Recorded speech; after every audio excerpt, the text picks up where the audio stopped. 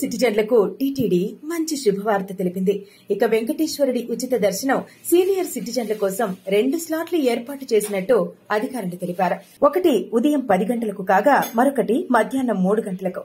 ఇక ఫోటో ఐడీతో వయస్సు రుజువును సమర్పించాలని మరియు S1 కౌంటర్లో సమర్పించాలని టీటీడీ అధికారులు తెలిపారు. వంతెన కింది గ్యాలరీ నుండి ఆలయం కుడివైపు గోడకు రోడ్డు దాటి ఏ మెట్లు ఎక్కాల్సిన అవసరం లేదని, మంచి సీటింగ్ ఏర్పాటు అందుబాటులో ఉంటుందని టీటీడీ తెలిపింది.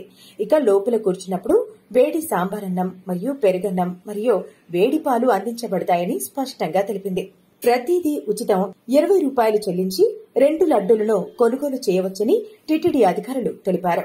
మరిన్ని లడ్డూల కోసం 25 రూపాయలను చెల్లించాలని, అలాగే పార్కింగ్ ప్రాంతం నుండి కౌంటర్ వద్ద డ్రాప్ చేయడానికి బ్యాటరీ కారు అందుబాటులో ఉంటుందని తెలిపింది. దర్శనం సమయంలో అన్ని ఇతర క్యూ లైన్లు నిలిపివేయబడతాయని, ఎటువంటి ఒత్తిడి లేకుండా కేవలం సీనియర్ సిటిజన్ దర్శనం మాత్రమే అనుమతించబడుతుందని తెలిపింది.